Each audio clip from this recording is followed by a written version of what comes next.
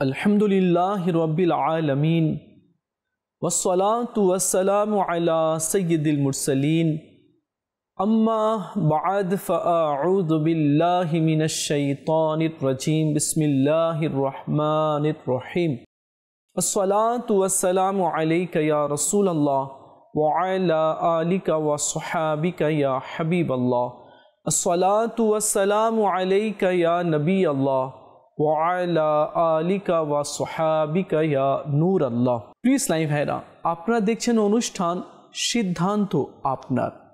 এই বিষয়ে আমরা আখিরাতের ব্যাপারে, কবর এবং হাসরের ব্যাপারে এবং নেক আমলের ব্যাপারে কিভাবে আমরা সিদ্ধান্ত নিব এবং কি উপকার রয়েছে এ সম্পর্কে এই অনুষ্ঠানে আমরা জানতে পারি।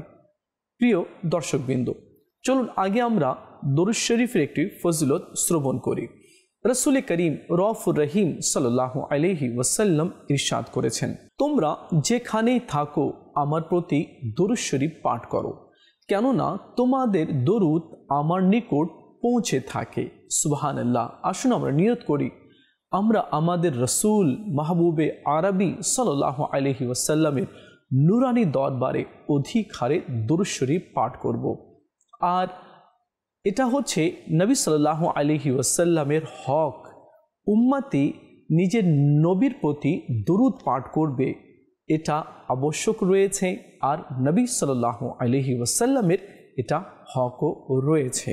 সাল্লু আলাল হাবিব সাল্লাল্লাহু তাআলা আলা মুহাম্মদ সাল্লাল্লাহু আলাইহি ওয়াসাল্লাম। প্রিয় ইসলামী ভাইরা, আমরা অনেক সময় নেক আমলের প্রতি অটল থাকতে পারি না। আমাদের মাঝে মাঝে অনেক উৎসাহ জেগে উঠে, জজবাও চলে আসে। আজকে আমি তাহাজ্জুদ পড়ব, দ্বিতীয় দিনও সে পড়ল, কিন্তু তৃতীয় এবং চতুর্থ দিনে দেখা যায় কি আর তাহাজ্জুদে সে উঠছে না। তো জজবা তো অনেক আছে নেক আমল করার, কিন্তু এটা কন্টিনিউ হয় না। এর কন্টিনিউ আমাদেরকে করতে হবে, এর ধারাবাহিকতা আমাদেরকে বজায় রাখতে হবে। আর সিদ্ধান্ত নেওয়া দু চারটি কথা নয়, সিদ্ধান্ত নিতে হলে মনকে অনেক শক্ত করতে হয়, মজবুত করতে হয়। নিজের টার্গেট পর্যন্ত পৌঁছতে হলে অনেক পরিশ্রমও করতে হয়। তো নেক আমল আমাদের কিভাবে কন্টিনিউ চলতে থাকবে, ধারাবাহিকতা কিভাবে বজায় থাকবে, এ নিয়েও আমাদেরকে সিদ্ধান্ত নিতে হবে, এ নিয়েও আমাদেরকে চিন্তা ভাবনা করতে হবে। এ বিষয়ে রাসূল করিম সাল্লাল্লাহু তাআলা আলাইহি ওয়া আলিহি ওয়াসাল্লাম কি ইরশাদ করেছেন? প্রিয় নবী সাল্লাল্লাহু আলাইহি ওয়াসাল্লাম ইরশাদ করেছেন, তোমাদের পর ধৈর্যের যুগ আসবে, তোমাদের পর ধৈর্যের যুগ আসবে। যে ব্যক্তি সেই যুগে দিনের উপর অটল থাকবে তাকে তোমাদের মধ্যে থেকে 50 জন শহীদদের সম পরিমাণ সওয়াব দান করা হবে। সুবহানাল্লাহ। তো যে ব্যক্তি আমলের ক্ষেত্রে বা কোনো পরীক্ষা চলে আসলো সে ক্ষেত্রে যদি ধৈর্য ধারণ করে, তবে আল্লাহ তাআলা 50 জন শহীদের সওয়াব তাকে দান করবেন। কিতাবের নাম হচ্ছে কনজুল উম্মাল। হযরতে সুফিয়ান বিন আব্দুল্লাহ রাদিয়াল্লাহু তাআলা আনহু থেকে বর্ণিত, নবী করিম রউফুর রহিম সাল্লাল্লাহু আলাইহি ওয়াসাল্লামের দরবারে আরজ করলাম, আমাকে ইসলামের এমন কোনো অর্থবহ বিষয় সম্পর্কে বলে দিন যেন আমার আর কারো নিকট এ ব্যাপারে প্রশ্ন করার প্রয়োজন না থাকে। তখন নবী করিম সাল্লাল্লাহু আলাইহি ওয়াসাল্লাম ইরশাদ করলেন, আমি আল্লাহ পাকের প্রতি ঈমান এনেছি, অতঃপর তাতে অটল থাকো। তো আল্লাহ নবী সাল্লাল্লাহু আলাইহি ওয়াসাল্লাম শিখিয়ে দিলেন, তুমি এভাবে বলো কি আমি আল্লাহর প্রতি ঈমান এনেছি, অতঃপর তাতে আমি অটল রইলাম। তো অটল থাকতে, নিজের আমলে অটল থাকতে আল্লাহ নবী সাল্লাল্লাহু আলাইহি ওয়াসাল্লাম আদেশ করেছেন। হ্যাঁ, আমল থেকে শয়তান মানুষকে বিরত রাখবে, আর শয়তানের কাজই হচ্ছে মানুষকে আমল থেকে বিরত রাখা। শয়তানকে যখন নালতের হাড় পরিয়ে তাকে যখন জান্নাত থেকে তাড়িয়ে দেওয়া হলো, তখন সে আল্লাহর কাছ থেকে কিছু ক্ষমতা চাইলো, পাওয়ার চাইলো। আল্লাহ তাআলা ইরশাদ করলেন, আদম সন্তানদের হৃদয়ে, সিনাতে, বুকে তোমার স্থান হবে, মানে তুমি ওয়াসওয়াসা দিতে পারবে। তো শয়তানকে আল্লাহ তাআলা অনেক কিছু পাওয়ার দিয়েছে। আদম আলাইহিস সালাম বললেন, মওলা তুমি শয়তানকে এত পাওয়ার দিয়ে দিলে, আমার সন্তানদেরকে তো সে ধোঁকার মধ্যে পতিত করবে। তখন আল্লাহ তাআলা ইরশাদ করলেন, হে আদম আলাইহিস সালাম, তোমার সন্তানদের মধ্যে থেকে যাদের আবার সন্তান হবে, মানে তোমার সন্তান যখনই জন্মগ্রহণ করবে, তো আমি একটি ফেরেশতা, মজবুত ফেরেশতা সৃষ্টি করে দিব, যে ফেরেশতা তোমার সন্তানদেরকে সেই শয়তান থেকে নিরাপদে রাখবে। আদম আলাইহিস সালাম খুশি হলেন আর বলেন, আল্লাহ আরো একটু বাড়িয়ে দাও। তো আল্লাহ তাআলা ইরশাদ করলেন, হে আদম, তোমার সন্তানেরা যদি একটি নেকির কাজ করে, তো আমি 10 গুণ বেশি সওয়াব দান করব। আদম আলাইহিস সালাম বললেন, আল্লাহ আর একটু নিয়ামত বাড়িয়ে দাও। তো আল্লাহ তাআলা ইরশাদ করলেন, তোমার আদম সন্তানের দেহে যতক্ষণ রূহ থাকবে আর সে যখন তওবা করবে, তো আমি শেষ নিঃশ্বাস পর্যন্ত তার তওবাকে কবুল করে নিব। সুবহানাল্লাহ। তো প্রিয় ইসলামী ভাইয়েরা, আমরা আজকে জানলাম যে শয়তানকে তো আল্লাহ তাআলা অনেক পাওয়ার দিয়ে রেখেছে, কিন্তু আদম সন্তানদের হেফাজতের জন্য আল্লাহ তাআলা ব্যবস্থা করে রেখেছে। শয়তান কখনো চাইবে না যে মানুষ নেকির পথে অগ্রসর হোক আর সে নিজের আমলে অটল থাকুক। এখন আমাদেরকে দৃঢ় বিশ্বাসে এবং দৃঢ় একেবারে প্রতিজ্ঞা নিয়ে আমাদেরকে আমলের প্রতি সজাগ থাকতে হবে। যে আমল হচ্ছে সেই আমল আমাদেরকে কন্টিনিউ করতে হবে। আমরা এক তাসবিহ, আমরা সুবহানাল্লাহ পাঠ করছি, ঠিক আছে, তো এটা আমরা পড়তে থাকি, যতদিন নিঃশ্বাস আছে দেহে আমরা কন্টিনিউ করতে থাকি। তো আমল কম করা যাবে না, আমলকে বাড়াতে হবে আর কন্টিনিউ আমাদেরকে করতে হবে। হযরতে আবু আলী জাওজানি রহমতুল্লাহি তাআলা আলাইহি বলেন, অটলতা অবলম্বন করো, কারামাতের আকাঙ্ক্ষী হইও না, কেননা তোমার নফস কারামাতের আকাঙ্ক্ষায় রয়েছে আর তোমার প্রতিপালক তোমার নিকট অটলতা চাইছে। সুবহানাল্লাহ। অটল থাকতে হবে। আমি প্রত্যেকদিন সকালে ফজর পড়ি তো না, ঠিক আছে, এটার মধ্যে আমাদেরকে অটল থাকতে হবে। ফজরের পরে 1 পৃষ্ঠা কোরআন পড়ি, পারি না 1 পৃষ্ঠা 1 আয়াত পড়ব, ওকে, কন্টিনিউ করি। আমরা রাত্রে ঘুমানোর সময় দুরূদ পড়ি, ভালো কথা, কন্টিনিউ করি।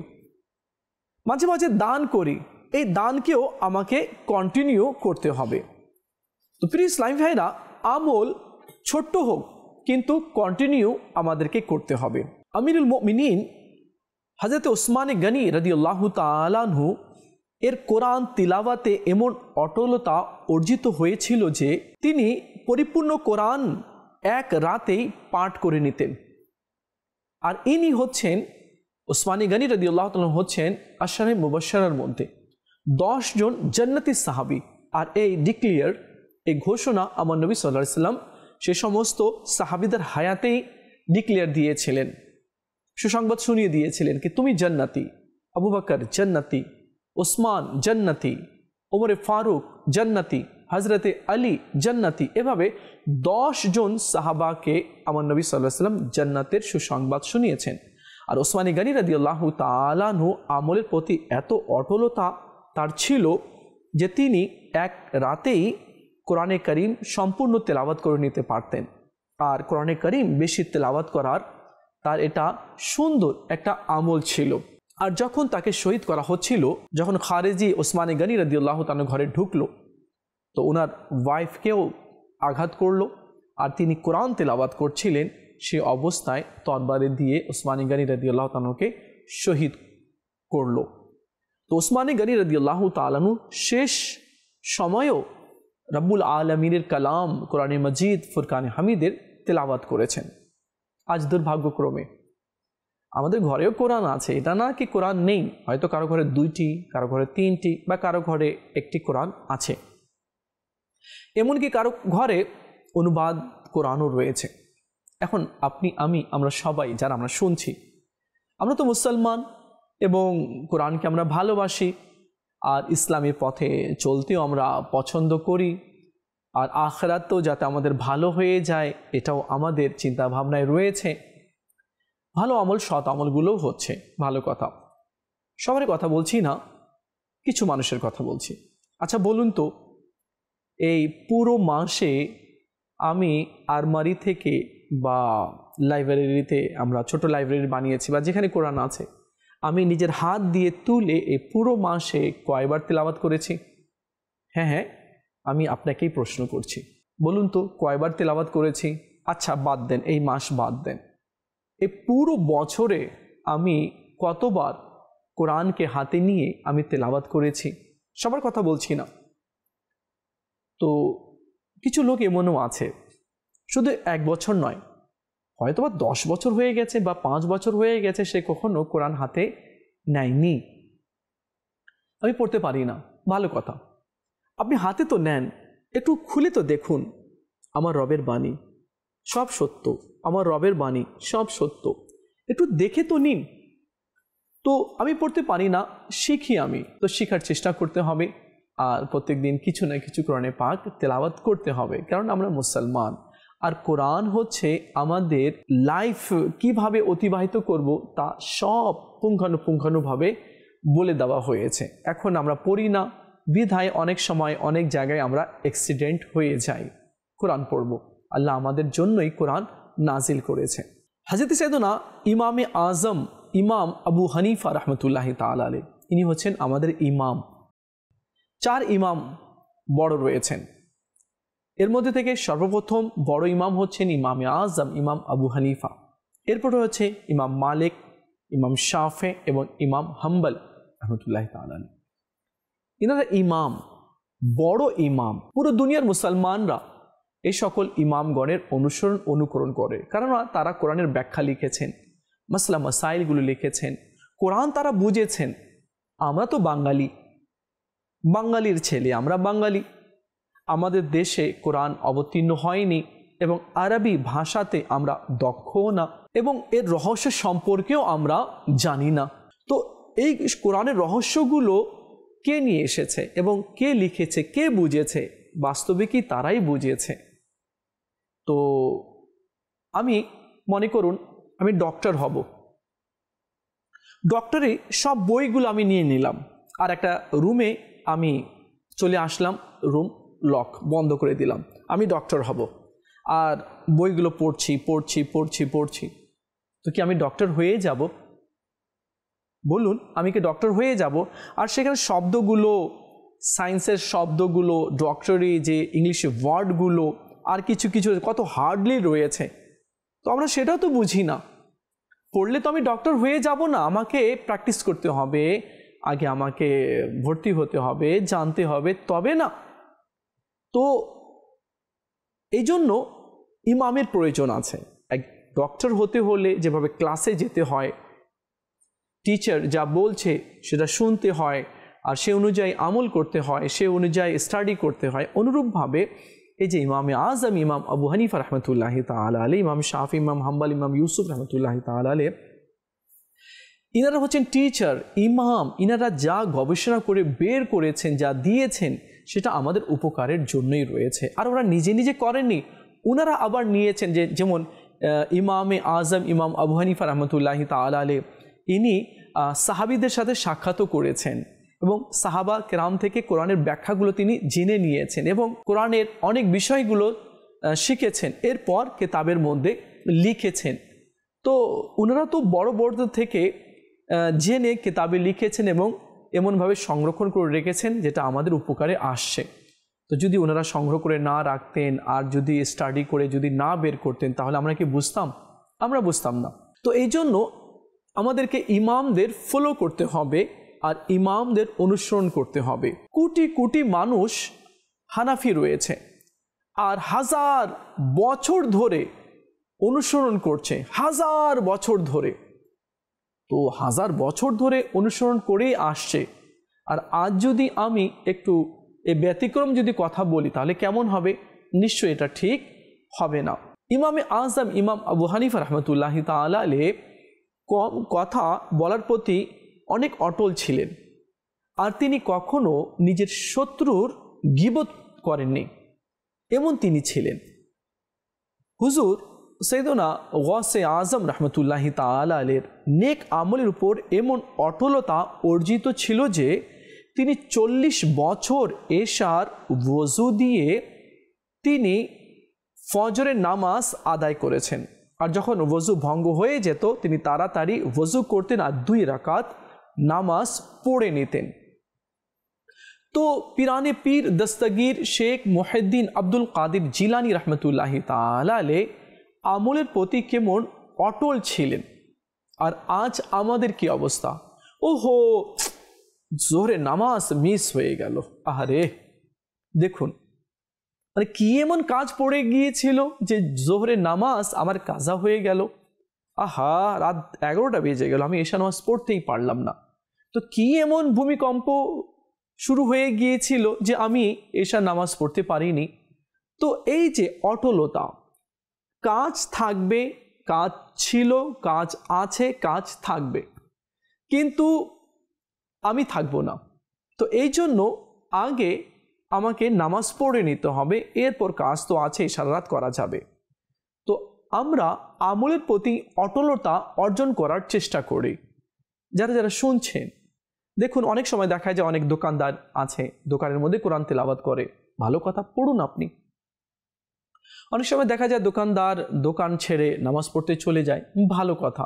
তো এইভাবে করে আমলের প্রতি অটল আমাদেরকে থাকতে হবে।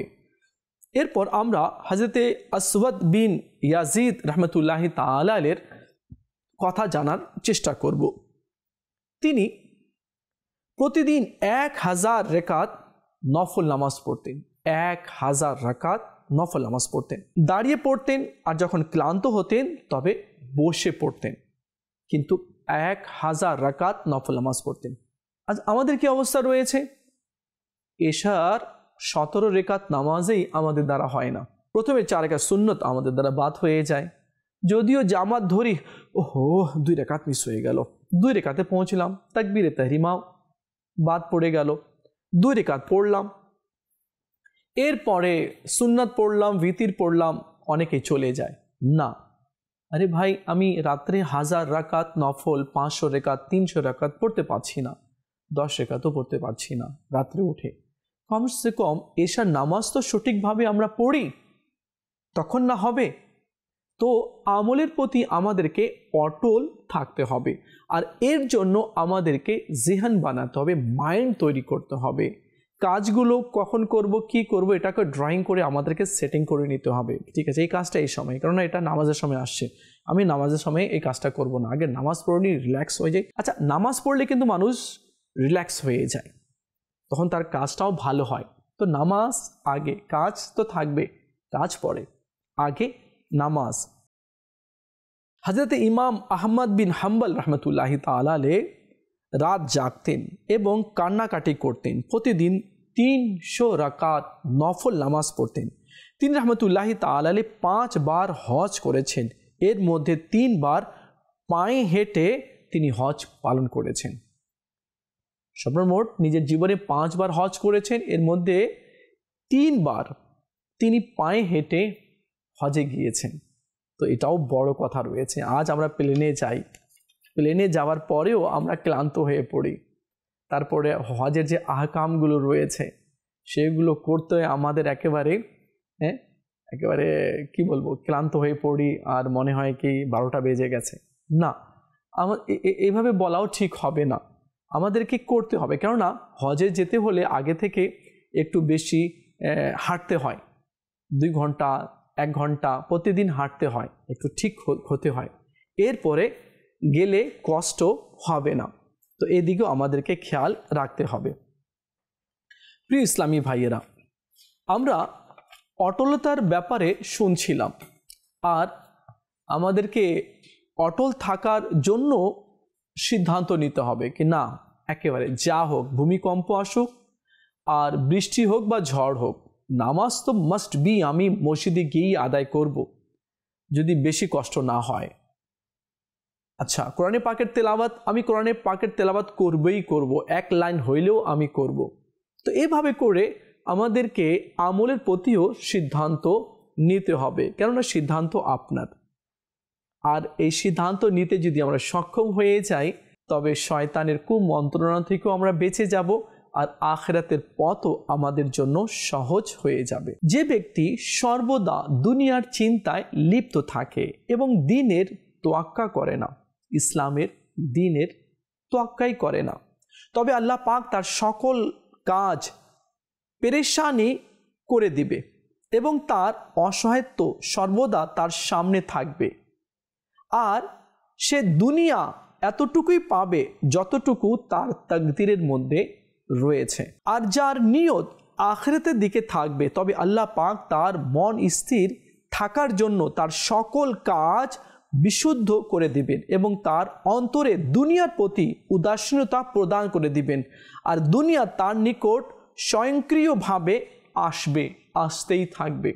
তো প্রিয় ইসলামী ভাইরা, চমৎকার কথা রয়েছে এবং এই কথার মধ্যে অনেক রহস্যগুলো রয়েছে। আমার মনে হয় আজকের বয়ানের সারমর্ম এবং যা কিছু রয়েছে সব এই কথার মধ্যেই রয়েছে। যে ব্যক্তি সর্বদা দুনিয়ার চিন্তায় লিপ্ত থাকবে, তো সে সবসময় ঝামেলাই থাকবে, একটার পরে একটা, একটার পরে দুইটা, দুইটার পরে চারটা ঝামেলা তার কাছে আসতেই থাকবে। সে পেরেশানি অবস্থায় থাকবে এবং সে ততটুকুই পাবে যতটুকু লিখা হয়েছে, এর বেশি সে পাবে না। আর যে ব্যক্তি আখিরাতের চিন্তা ভাবনা করবে, তো আল্লাহ তাআলা তার মনকে স্থির করে দিবে, তার কাজকে সহজ করে দিবে, আর দুনিয়ার প্রতি উদাসীনতা তাকে দান করে দিবে, আর স্বয়ংক্রিয়ভাবে দুনিয়া তার কাছে, সম্পদ নিয়ামত তার কাছে আসতেই থাকবে। চমৎকার কথা না? এখানে একটা কথা রয়েছে, মানে অনেক সময় দেখা যায় যে মানুষ হীরার দিকে ধাবিত হয়, কিন্তু হীরাওয়ালার কাছে ধাবিত হয় না। যেমন মাহমুদ ও আয়াজ, মাহমুদ বাদশাহ ছিলেন, আয়াজ গোলাম ছিলেন। একবার মাহমুদ বাদশাহ অনেক ধন সম্পদ, মূল্যবান হীরা, মানিক, মুক্তা, স্বর্ণরূপা, আশরাফি, তিনি কি করলেন, রাজদরবারে প্রজা এবং আরও অন্যান্য যারা ছিল, ওয়াজির যারা ছিল, তাদের মাঝে ভাবে ছুঁড়ে ফেলিয়ে দিলেন, নাও, যার যা প্রয়োজন হয় তোমরা নিয়ে নাও। সবাই ধাক্কা ধুক্কি করছে, এ ওর শরীরে পড়ছে, ও ওর গায়ে পড়ছে, ও ওকে ঠেলা দিচ্ছে, ও ওকে ধাক্কা দিচ্ছে, মানে কে কুড়াতে পারে, কে নিতে পারে। তিনি তামাশা দেখছিলেন। তো পরে দেখলেন আয়াজ দাঁড়িয়ে আছে, এ তো গোলাম, কি আয়াজ, তোমার কি প্রয়োজন নেই? দেখো তো ওরা নেওয়ার জন্য কেমন করছে, ছুটাছুটি করছে, একের অপরকে টানা হেঁচড়া করছে, তোমার প্রয়োজন নেই, তুমি নিয়ে নাও। বলে, না হুজুর, আমার প্রয়োজন নেই। বলে, কেন? বলে, হুজুর, আমার হীরার প্রয়োজন নেই, আমাকে হীরাওয়ালার প্রয়োজন আছে। আপনাকে যদি আমি পেয়ে যাই, তাহলে তো এগুলো অনেশায় আমার কাছে চলে আসবে। আমাকে তো আপনার দরকার আছে, আপনি যাতে আমার প্রতি সন্তুষ্ট হয়ে যান, বাস আমাকে এতটুকুই প্রয়োজন রয়েছে। তো প্রিয় ইসলামী ভাইরা, চমৎকার কথা আয়াজ বললেন রহমতুল্লাহি তাআলা আলাইহি। আমরা কি করি, দুনিয়ার দিকে ছুটছি, কিন্তু যে দুনিয়া সৃষ্টি করেছে এবং দুনিয়ার মাঝে যার নিয়ামতগুলো দিয়েছে তার দিকে আমরা ছুটছি না। কেমন একটা বোকার মতো কাজ করছি না আমরা? বাস্তবিক আমরা বোকার মতো কাজ করছি। আচ্ছা, মজার বিষয় হচ্ছে কি, আমরা তো সেগুলো নিয়েও যেতে পারি না। আমি একবার এক জায়গায় গেলাম, এক মহল ছিল, বাইরের দেশে গেলাম, এক মহল ছিল, বিশাল বড় মহল ছিল, পাশেই শুনলাম কি রাজার কবর আছে। আমি সেখানে গেলাম, রাজার কবর ভেঙে চড়ে গিয়েছিল, আর সেখানে একটা ভেড়া বা ছাগল সেখানে ঘাস খাচ্ছিল, তার উপর দিয়ে হেঁটে হেঁটে যাচ্ছিল, মানে কবরের উপর দিয়ে ভেড়া। অনেক আগের কথা। তো আমি বললাম কি, দেখো এত বড় রাজপ্রসাদ, এত কিছু, কিন্তু এর কবর দেখো একেবারে ভেঙে পড়ে গেছে, আর সেখানে ঘাস ছাগল ভেড়া খাচ্ছে। হয়তো তার কবর ওর ভিতরের হাড়গুলো মনে শেষ হয়ে গিয়েছে। তো এই যে পাশে আমি দেখলাম মহল এত কিছু, কিন্তু সে চলে গেল, একাই চলে গেল, কিছু নিয়ে যেতে পারেনি, অমনি পড়ে রয়েছে, ভেঙে চড়ে যাচ্ছে প্রসাদগুলো। তো ওই রাজার মতো অবস্থা তো আমাদেরই হবে একদিন, তাই না? তো আমরা সৃষ্টিকে ভালো না বাসি, আমরা স্রষ্টাকে ভালোবাসি। হ্যাঁ, সৃষ্টিকে ভালো বলতে আমার কথা উদ্দেশ্য ছিল এটা নাকি মানুষকে ভালোবাসবো না, মানুষকে ভালোবাসবো, কিন্তু সৃষ্টির যে সকল সৃষ্টির মধ্যে লোভ রয়েছে, লালসা রয়েছে, ধন সম্পদ রয়েছে, আমি এগুলোর কথা বলছি। তো স্রষ্টাকে আমরা ভালোবাসি। যদি আমরা স্রষ্টাকে ভালোবাসতে সক্ষম হয়ে যাই, তো সৃষ্টি যা কিছু রয়েছে তা অনাশায় সক্রিয়ভাবে আমাদের কাছে এমনিতেই চলে আসবে। যে ব্যক্তি নিজের দুনিয়াকে ভালোবাসলো, সে তার আখিরাতকে ক্ষতিগ্রস্ত করলো, এবং যে ব্যক্তি তার আখিরাতকে ভালোবাসলো, সে তার দুনিয়াকে ক্ষতিগ্রস্ত করলো। ব্যাস, তুমি নসরের অর্থাৎ দুনিয়ার উপর অবিনসর অর্থাৎ আখিরাতকে প্রাধান্য দাও। এখানে বলা হয়ে গেছে যে ব্যক্তি নিজের দুনিয়াকে ভালোবাসলো তো তার আখিরাত নষ্ট হলো, আর যে আখিরাতকে ভালোবাসলো তার দুনিয়া নষ্ট হবে। এর মানে নাকি একেবারেই চলে যাবে। অনেক সময় দেখা যায় কি দুনিয়া মানুষের কদমে চলে আসে, যে দুনিয়াকে তাড়ায়। তো আল্লাহ তাআলা আমাদের সবাইকে বোঝার তৌফিক দান করুক। প্লিজ লাইভের আপনারা দেখছেন অনুষ্ঠান সিদ্ধান্ত আপনার। এখন আমাদেরকে সিদ্ধান্ত নিতে হবে, আমরা কি সিদ্ধান্ত নিতে পারি। এটাই সিদ্ধান্ত নিব কি আমরা আখিরাতকে ফকিয়াত দিব, মানে আখিরাতকে আমরা বেছে নিব। যদি আখিরাতকে বেছে নিই তো দুনিয়া এমনিতেই আমাদের কাছে চলে আসবে। আল্লাহ তাআলা আমাদের সবাইকে বোঝার তৌফিক দান করুক, আর নেক কাজের প্রতি বেশি আগ্রহ আর ভালো ভালো ডিসিশন নেওয়ার, সিদ্ধান্ত নেওয়ার, নেকির কাজের জন্য আরও নিজেকে বিলিয়ে দেওয়ার আল্লাহ আমাদের সবাইকে তৌফিক দান করুক। দেখা হবে আগামী পর্বে, আরেকটি বিষয় নিয়ে আলোচনা করব। ততক্ষণ ভালো থাকবেন আর মাদিনী চ্যানেলের সঙ্গেই থাকবেন। সাল্লু আলাল হাবিব সাল্লাল্লাহু তাআলা আলা মুহাম্মদ সাল্লাল্লাহু আলাইহি ওয়াসাল্লাম।